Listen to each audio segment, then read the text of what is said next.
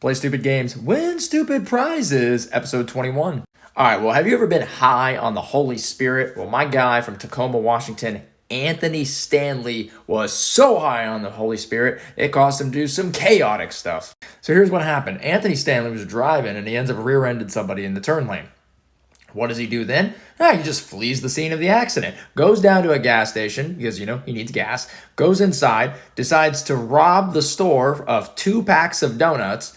While he was there, he couldn't pay for it, so he tries to rob the actual clerk by prying open the register, isn't able to successfully do that, screams at the cashier, "I need gas," gets gas, gets the hell out of there.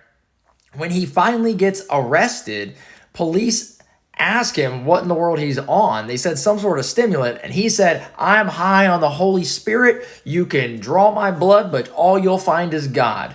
He's now facing charges of DUI, attempted robbery, driving while license is suspended, and hit and run. Next on our list is a man from India who, was trying to get back with his ex-fiancée, and they were in a hotel. She had stopped by, and, they had some epoxy because they like to do some interesting things with it. And after they did those interesting things, they decided they wanted to fornicate.